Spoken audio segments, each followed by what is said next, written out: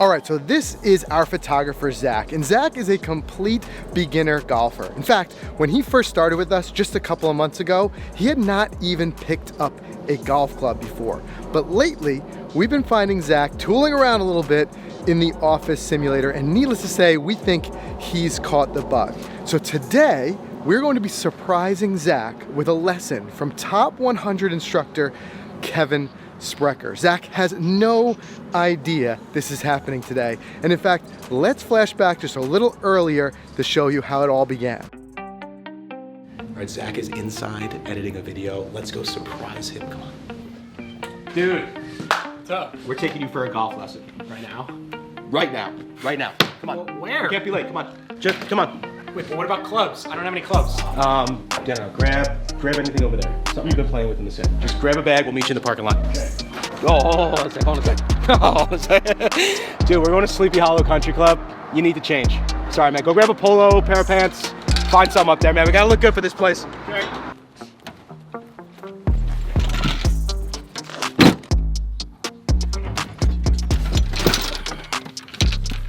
What's up, Kevin? How are you? So fun. See you again, Zach. Nice to see you. So we're here. So you're here. We've got an amateur, we've got a newbie. Do you know he's never struck a golf ball off grass in his life? That's gonna change today. All right, it's gonna change. So where do you start? Well, I actually start with an interview. I'm gonna have Zach hit some balls and warm up because I want to see what he does know. He's not totally new. He's played a little bit. He's in the sim a little bit. Right. But no outdoor golf. So he's got some kind of preconceived conception of what it should be and what he should do. Okay. All right, so what do you say we start this interview process? Let's do it. All right, the world is waiting for your swing, Zach. Yikes. Could be rough. I just want you to put your glove on. Oh, true. So he's already nervous. I'm not He's used nervous. to, I don't wear gloves in this. He doesn't even know about the I don't wear glove. gloves. What I'm doing now is one is I'm watching him what he does, but two, I'm trying to relax him. He's nervous.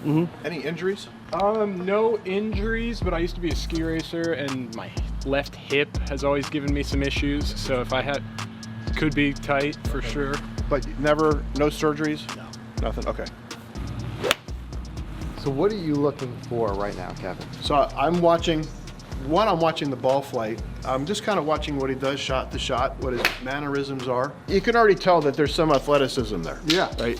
Shot patterns are pretty similar. The contact sounds pretty good. The swing actually looks like he knows what he's doing. If you had a wish list of things that you want to walk away with today, what would they be?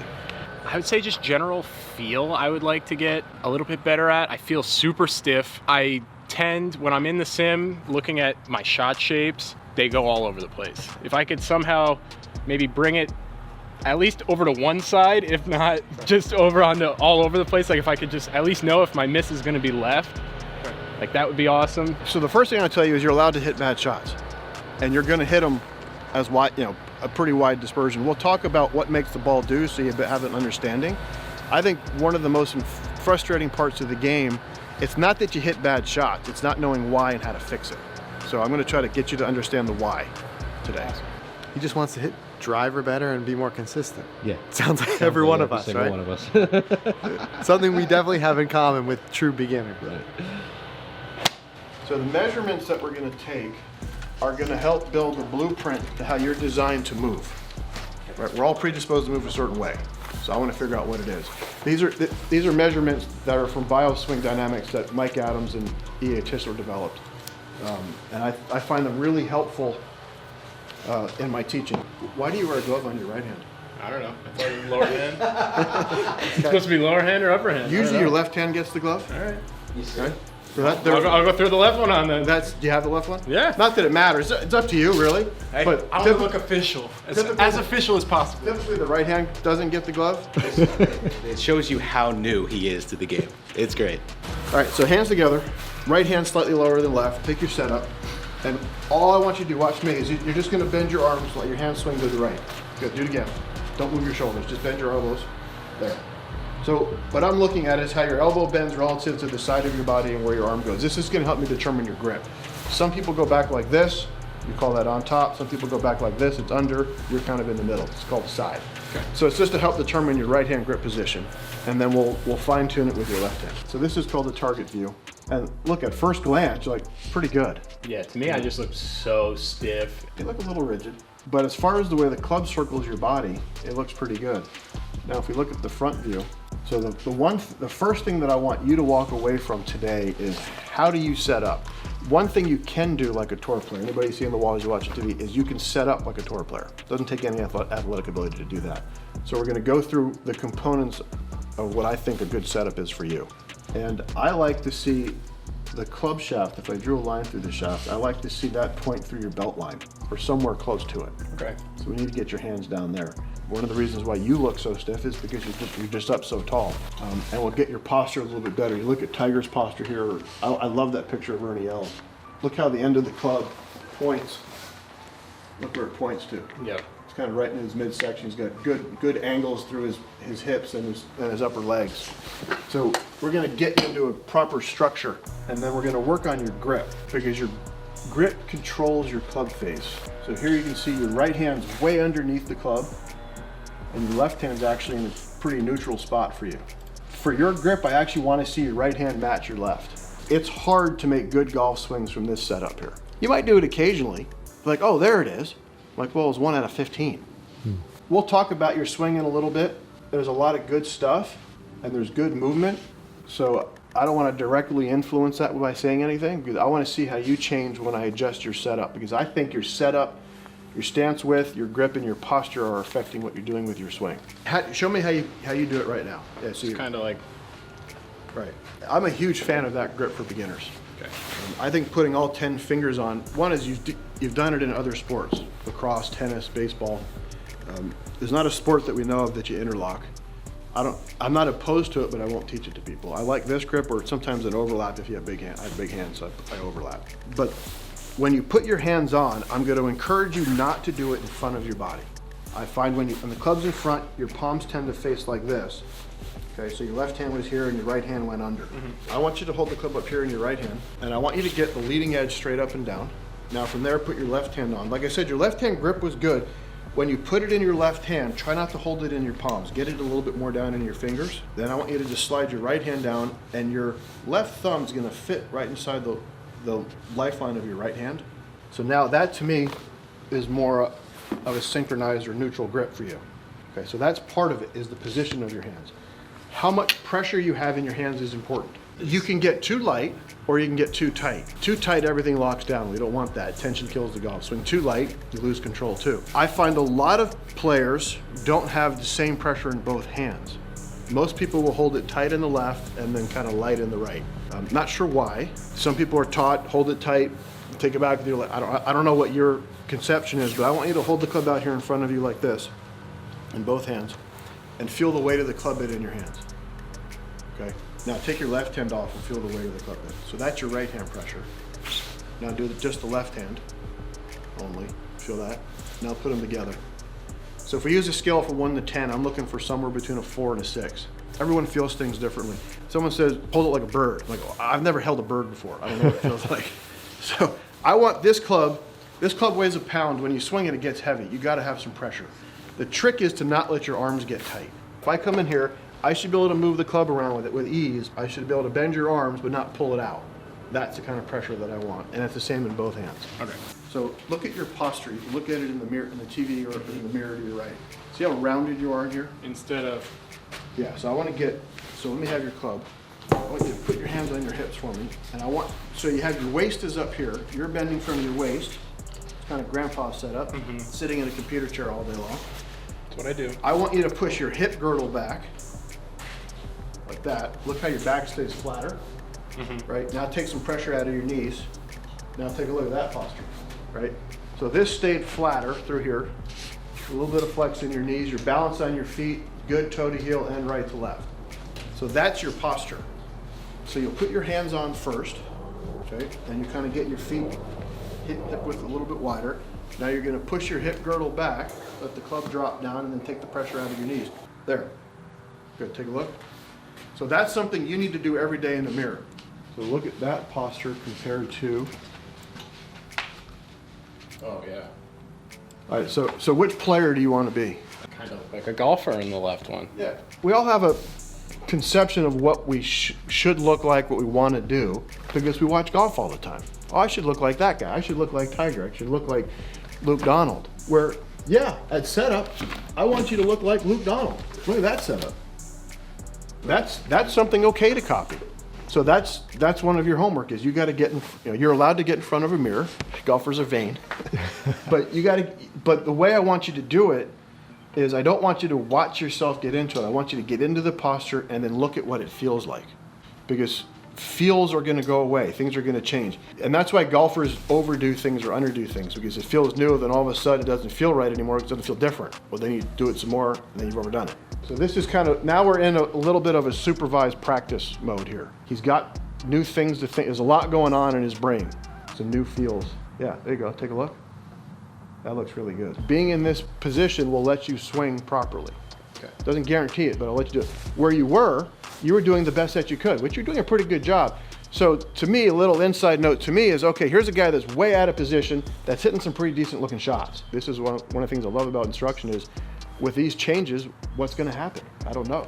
All right, so while he rehearses that setup, one thing that I want to just kind of drive home here, because I think no matter if you're a beginner or you're an advanced golfer, I think there's obviously the benefit of taking lessons. So what to get out of it. And I think 2 points that we're learning so far that are so important is, one is Kevin showing work within your ability, not trying to kind of push yourself into something you've seen on TV is a recipe for, basically a recipe for injury, but it also can set you back more than move you forward. And the other thing is, if you ever feel like your lessons and your improvement in general is a bit like trying to nail jelly to the wall, it just doesn't seem to stick.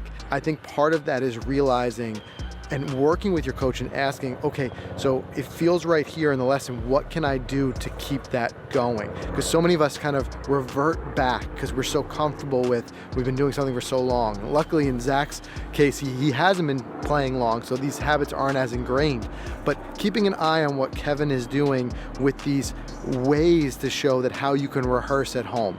And I think that setup was so important, because the reality is setup is one thing we can work on at home, and we're talking super low tech, looking in a mirror. So I think when you're taking your lessons, that important thing to make sure that you're kind of making that progression you want and getting better over time is working with your coach to say, okay, what's my homework? How can I do it at home? And I think Kevin's really great at showing that. What feels different? I feel like I'm swinging straight on a line.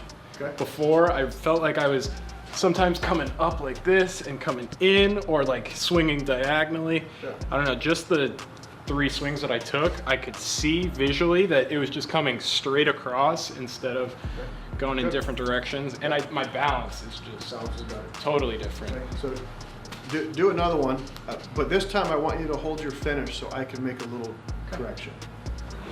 Hold there, there. Relax that leg just a little bit, there. And just kind of relax your wrist. It was pretty good, but that was very different looking follow through than what we saw before.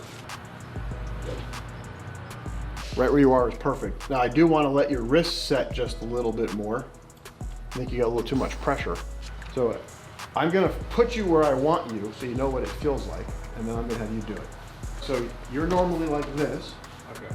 And I just want your wrist to get set like that. Okay. Good. Turn back and hold. I'm just going to tweak it a little. Yeah, there, that's good. That's a power position, having some wrist hinge in there. If there's nothing there, it's hard to generate power, so then you're gonna find a way to generate it from somewhere else, usually from pulling with your arms. And it'll also give Zach more control over his club face, because now he's got something to swing with. Oh, Feel a little looser?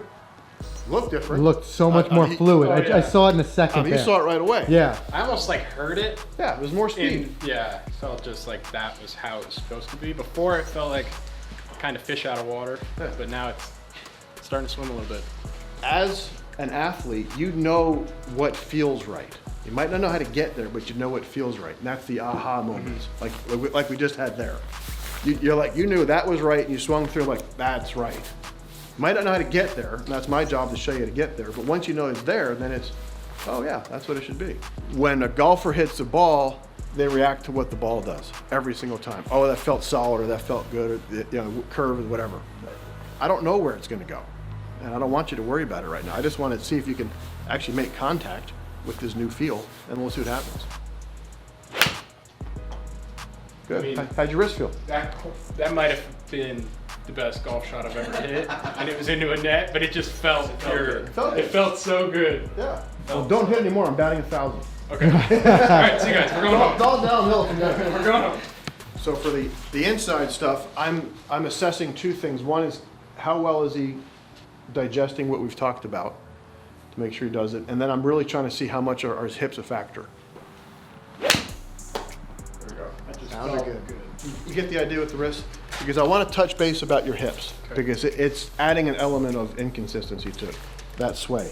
When you get on the outside of your foot, you don't brace very well. Sometimes it's hard to use your wrist, and then it's hard to change direction because you're on the outside of your foot. Instead of moving lateral with your hips, I want you to rotate. Instead of just like perfect. This is what I'm so interested in because I struggle with the sway too. Okay. There. A little less knee flex. So now, just rotate your hips going back.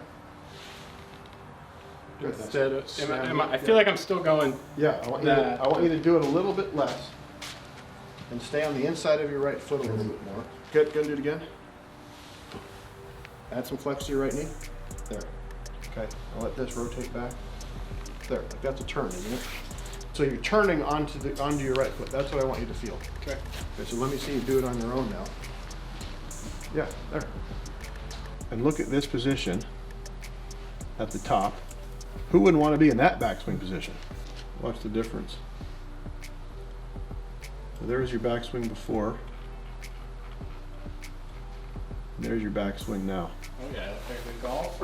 So now we know that's our end game right there. That's my goal for you, is to get into this position every time. So now you got to go practice it. So I'm going to give you a different club for two reasons. One, it's a little bit heavier, it's steel, so it may give you a little better feel where the club is. Two, it's a little stiffer shaft. That's a lightweight with an M flex, so it's a senior flex, and you're swinging a little faster, so the club may be causing some of the issues here. So I want to see how this feels to you. Now we're at a point where actually the clubs make a difference. Oh, look at that. There you go. I don't think you've ever hit 7 that far in your life. No. Now that he's got a semblance of what he's doing, I think the new club's gonna actually enhance what we've been working on. Yep. And I'm not even sure it's the right club. I just know it's heavier and a little stiffer than what you were using. Don't worry about where it goes yet. Your whole system's changed. Your posture's your body's in a different position. Your grip feels a little bit different. You're focused on your leg and you got some wrist things. So your nervous system now has got to get acclimated to all the new things, which is why you need a lot of practice swings. So you're gonna hit a lot of different shots at first. And eventually they'll start to normalize a little bit. Okay. I think another thing that Kevin said there, which is the reason why a lot of us golfers feel like we're swimming against the current a little bit, is that we get a lesson like this and we got a lot of new changes and new things that our body has to get used to. And then what happens is you hit a couple bad shots and you immediately just kind of revert back to what you were doing because it's comfortable and you feel like you can at least hit the ball somewhat where you want to, but then you don't end up making any of the big progress over time.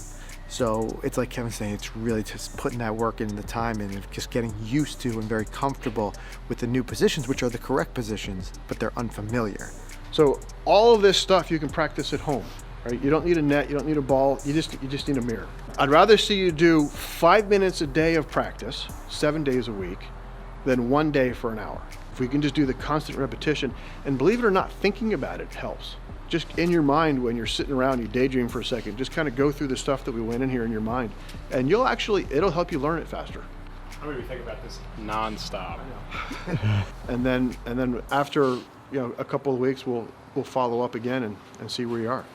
So we will be definitely checking that out. If you want to see more of that, make sure you put a comment below, smash the like button, and make sure you subscribe so you can see those videos. And if you want to find out more about how you can work with Kevin, go to kevinsprecher.com. Right here, this gorgeous facility here at Sleepy Hollow, and you can see how much Kevin was able to do so quickly with such a new golfer. I'm sure he can help you too. Thanks for watching. We'll see you guys soon.